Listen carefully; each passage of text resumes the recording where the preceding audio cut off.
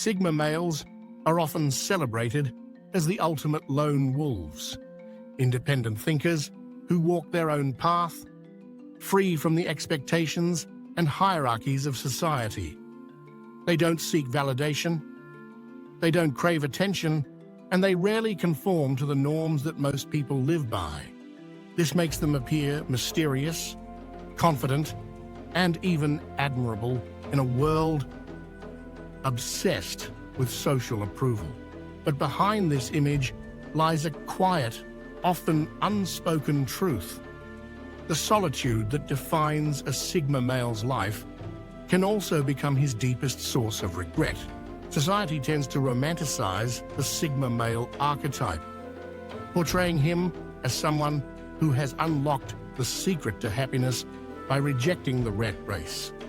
Yet in glorifying his detachment, the world often overlooks the emotional cost of his isolation.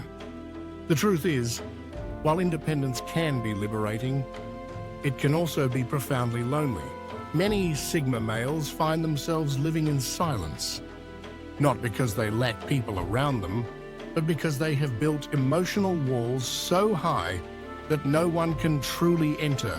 Meet Alex, a Sigma male who embodies this archetype. He lives alone in a minimalist apartment filled with books, art supplies, and an almost monastic sense of order. His life is disciplined, his mind sharp, and his time his own. He spends his days working on creative projects, avoiding social events, and cherishing the calm that solitude brings. But as night falls, a quiet ache creeps in, a sense that something essential is missing. From his window, he watches the city below. People laughing, rushing to meet friends, holding hands, all living lives filled with connection and purpose.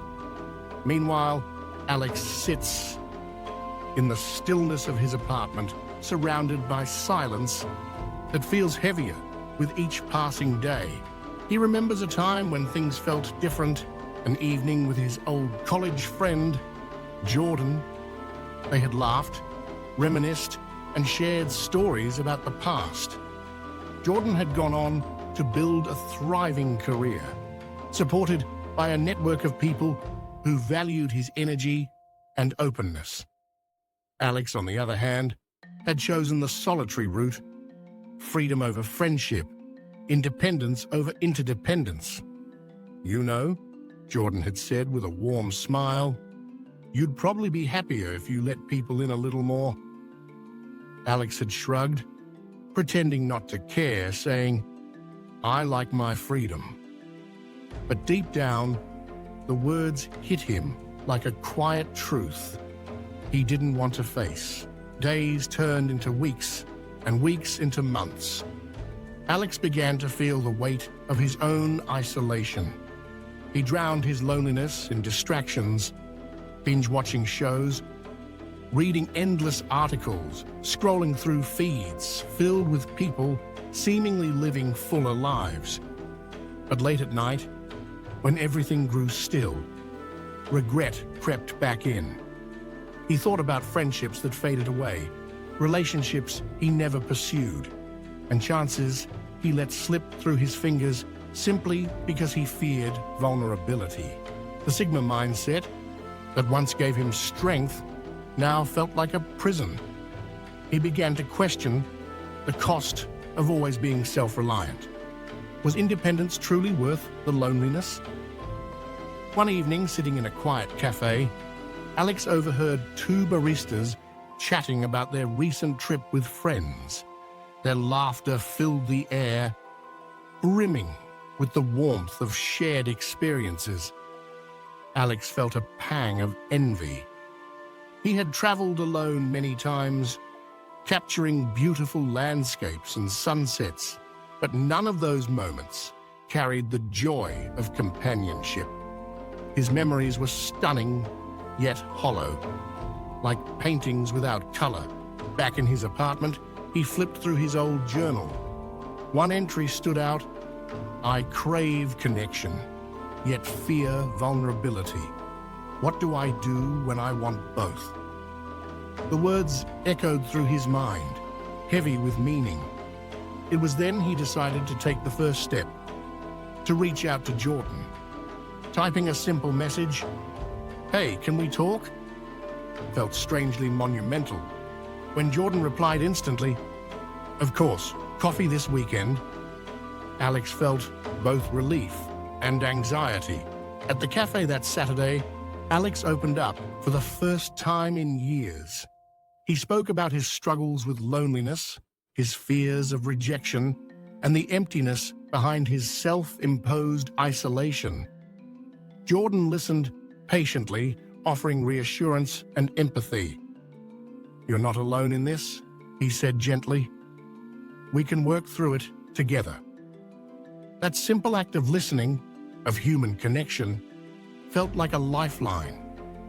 For the first time, Alex understood that vulnerability wasn't weakness, it was the bridge to real connection. As he left the cafe, the world around him seemed more alive. People chatting, cars honking, children laughing. He realized that solitude didn't have to mean isolation. It could coexist with connection if he allowed it.